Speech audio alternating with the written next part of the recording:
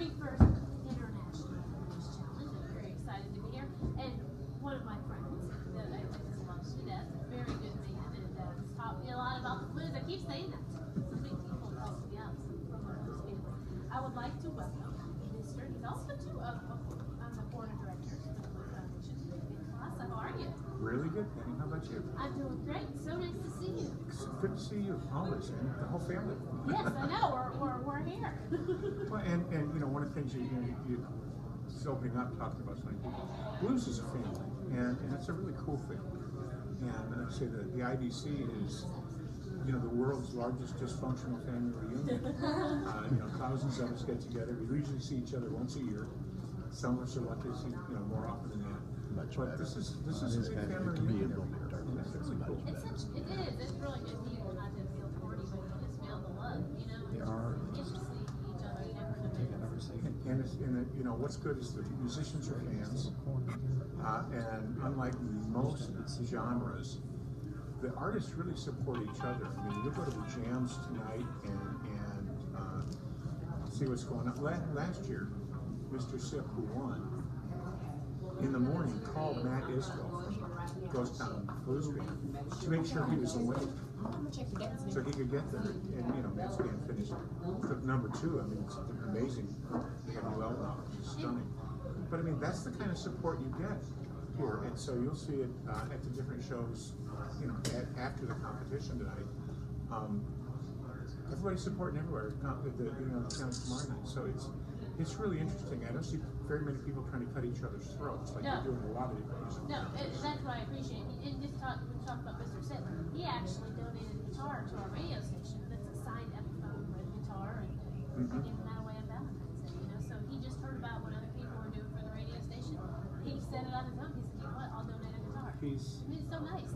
He's just one of the best people on the planet too. He's going to do a cut on my new record, so that's going to be fun. Yes, let's talk about your new and upcoming record. It's going to be called Ghosts of the Riverside Hotel. And tell our listeners that aren't familiar with what Riverside Hotel is. Riverside Hotel is a hotel in Clarksdale, Mississippi. It was originally the hospital for African Americans. It's the hospital where Bessie Smith died. Soon after her death, they closed it down, and could you tell us who Bessie Smith is? Because not everybody knows. Bessie Smith is one of the pioneers of blues. She was in her time, in the 20s. She was the biggest selling recording artist in the world. And you know, her versions of St. Louis blues and Sugar in My Bowl are you know, kind of the anchors of what a lot of music is in the classic recordings. She was a tough lady who had to you know, survive in the industry she was in. Had an amazing voice. I wasn't afraid of anybody. I guess they've done a biographical movie of her with Queen Latifah playing her. I think it's going to be on HBO. We're very concerned on how they might portray her death, because the myth is that they turned her away from the White Hospital, and that's just not the case. I heard that too. I believe nobody ever would have taken her to a White Hospital at that time. It's just not. She was a lot of negative myths that aren't the case. So I'm anxious to see what happens. But she was actually in a car accident outside of Clarksdale. While she was laying alongside the road, another car hit her. She was hurt very, very badly. A car came along. It was a physician who stopped and gave her whatever he could. They took her to the Riverside Hospital in Clarksdale, and she died very soon after that. The room in which she died, where she was treated, is been set aside within the Riverside. Again, now it's a hotel. It was turned into a hotel not too many years after that, and it's the hotel where all the blues musicians stayed. So Muddy Waters stayed there. When it was a place that he stayed, went from there to the train station to go to Chicago to change the world. John Lee Hooker, Howlin' Wolf, Robert Nighthawk lived there for years. So many great people stayed there. Ike Turner worked out with his band in the kitchen. They worked out the arrangement for Rocket 88. Then they drove up to Memphis. Somebody tore a hole in the speaker of the amp. They went to Sun Records and cut Rocket 88, which is considered the first rock and roll song. So one thing I say about the Riverside, and I do a song, it's where rock and roll was born, and it's where Bessie Smith died. I mean, you can't have a more significant place than that. Unfortunately, it hasn't been changed. The family has kept it. Miss Ratcliffe that had it, her son kept it going. Frank, called him Rat.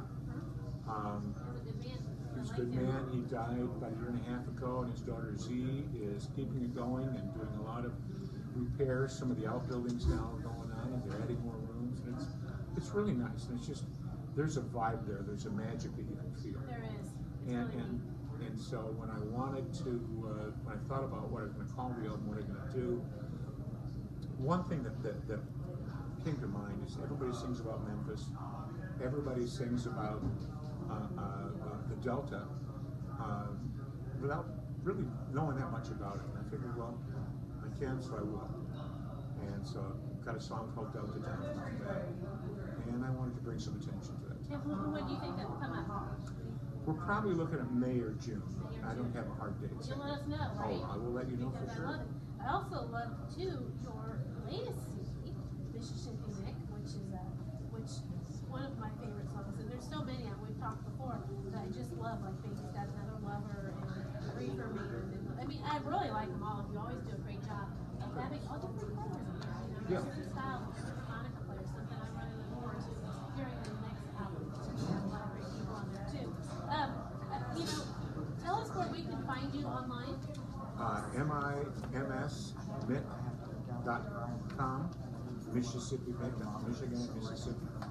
And Generation Blues and the Heart Fund, real quickly, tell us about this. Okay, 100% of the proceeds from my record go to Generation Blues and the Heart Fund. They're two most important programs from the Blues Foundation. Generation Blues provides scholarships for young blues artists to go to various music schools and camps to study with some pretty amazing teachers. Bob Margone. Yeah, awesome. And the Heart Fund provides money for healthcare and funeral expenses for blues artists. Great. And so all of the money goes to that. Wonderful. And your CD also has a song that we're going to play today, featured here on Giant 96 Real Radio, called New Beale Street Blues. We're in Memphis. Mm-hmm. We thought we'd tell us a little bit about that song. That song was originally written in 1915 by W.C. Handy, called the Father of the Blues. And it was about Beale Street. At the time, it was called Beale Avenue. It was not called Beale Street. It was renamed Beale Street because of the song. Wow. It was kind of the heart of African-American commerce in the city. The song was written about this very African-American street in Memphis during Prohibition. So there were some lines in it that didn't make sense. So I call this the New Beale Street Blues because I took the basis of what Mr. Handy did and updated it to talk about Beale Street today, including mentioning some artists in a lot of places. And it was a lot of fun. I was assisted on this. Jeff Jensen, Bill Ruffino, and Doug McMinn played on this. But Eric Hughes came in, and Eric Hughes is a special guy. Played harp on it, and it's great. Great. Well, we appreciate you're a busy man at the 31st International Blues Challenge. Appreciate your time. Thanks for coming on Giant 96. Good to be here. And right now we're going to play New Beale Street Blues. Mick Kolassa, Giant 96 Real Radio.